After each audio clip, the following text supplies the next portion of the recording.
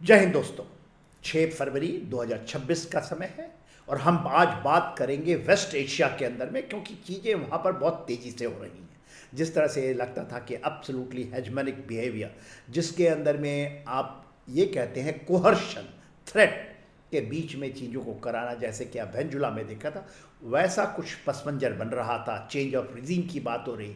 मगर जब आप स्टैंड लेते हैं, जो ईरान ने स्टैंड लिया है एब्सोल्युटली कि इक्वल टर्म्स में बातचीत होगा, कोई मध्यस्थता नहीं करेगा। इसके बीच में कहीं टर्की आ गया था 28 दिसंबर 2025 में। जिस तरह से चीज़ें बदली हैं, चेंज ऑफ रिजीम का मुहिम चला था और प्रदर्शन चल रहा था ईरान के बीच में। बहुत कत्लो गारत हुई, बहुत जाने गईं और 100 से ज़्यादा शहरों में, पूरे 31 प्रोविंस के अंदर में ये चल रहा था। और ऐसा लग रहा था कि शायद डायरेक्ट इंटरवेंशन हो, ये क्योंकि वो थ्रेट आ रही थी। अमेरिका भी डायरेक्ट उसमें इंटरवेंशन करने की बातें करता था। वहाँ के लोगों को ऐसा लगता था कि शायद सत्ता का परिवर्तन हो, मगर ऐसा कुछ हुआ नहीं। अब आज के दिन में 6 फरवरी 2026 के अंदर में ये चीत चल रही है ओमान में, और ये ईरान के कहने पर उन्होंने वेन्यू सेट किया है। और देखिए, अमेरिका की तरफ से दो स्टीव विटकॉफ हैं जो स्पेशल एनवॉय हैं डोनाल्ड ट्रंप साहब के, वो हैं। जावेद कुशनर हैं, एडमिरल ब्रेड कूपर हैं, ये अमेरिका की तरफ से हैं। और इसमें एक नेवल ऑफिसर है जो सेंट्रल कमांड के हैं। ये चौंकाने वाली बात है। और उधर ईरान की तरफ से केवल उनके फॉरेन मिनिस्टर जो हैं अब्बास अगाची, और उनको एक direct absolutely terms and conditions दी गई है ईरान के सुप्रीम लीडर से, वहाँ के प्रेसिडेंट से, कि जो भी बातचीत होगी इक्वल टर्म में। अमेरिका की क्या है शर्तें, वो डील पे बातें करना चाहता है। Zero nuclear capability with Iran, जो मिसाइल की रेंज है, जो कि मिसाइल पावर है ईरान आज के दिन में, उसको जो मार्को रूबियो कहते हैं कि उसको लिमिट करके 500 किलोमीटर तक का ही रखे। जबकि आज के दिन में उसकी कैपेबिलिटी है हाइपरसोनिक मल्टी रीइंट्रेंट व्हीकल, जो उसको स्ट्राइक कर सकता है। कपली उसके जद में जो है इसराइल के अलावा पूरे के पूरे जो वहाँ पर 19 बेसिस हैं 8 कंट्रीज़ में, वेस्ट एशिया में, अमेरिका को उसको हिट कर सकते हैं।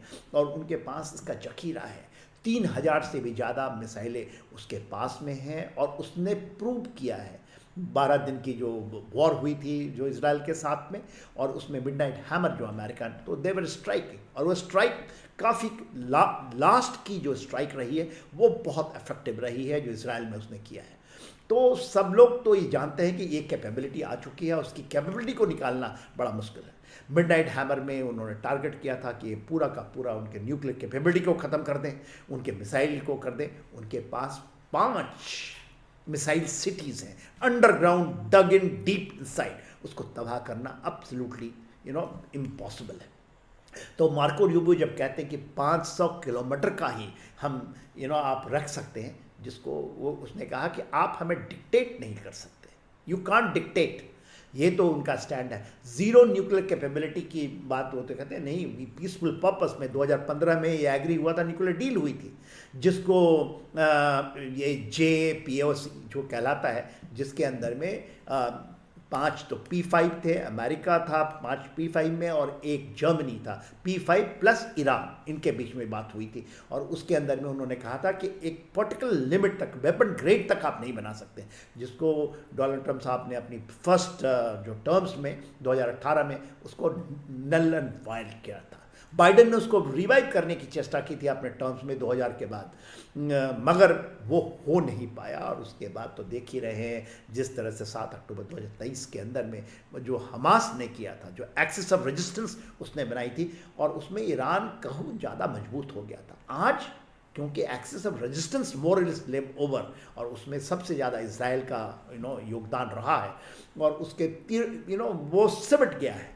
मगर उसके पास अंदर में जो IRGC है, जो उसकी वासित फोर्सेस हैं, they are very strong and loyal.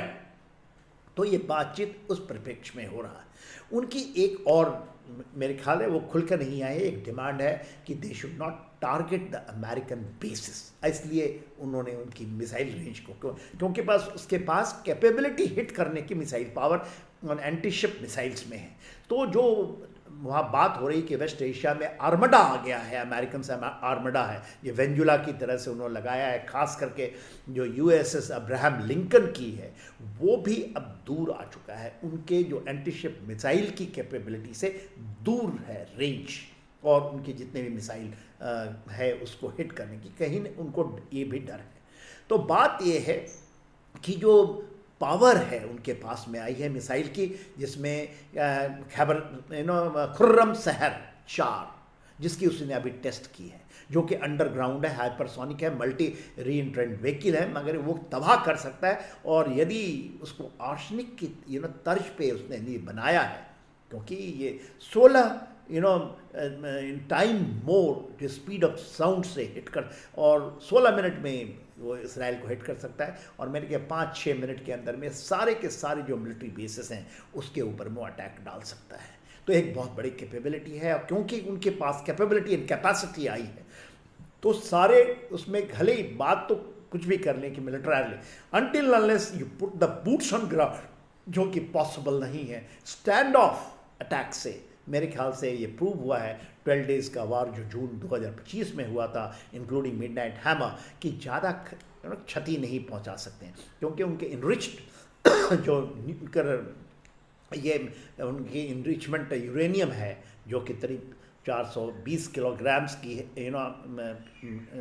वो कहीं इंटैक्ट ही है, वो उसका पता नहीं है। तो ये बातें जो चल रही हैं, तो उनके पास में यदि आप देखें खैबर सिखन है, साजल है, जल्फगार है, साहेब है, इनकी रेंजेस अलग अलग हैं, और ये सारे के सारे अंडरग्राउंड्स हैं।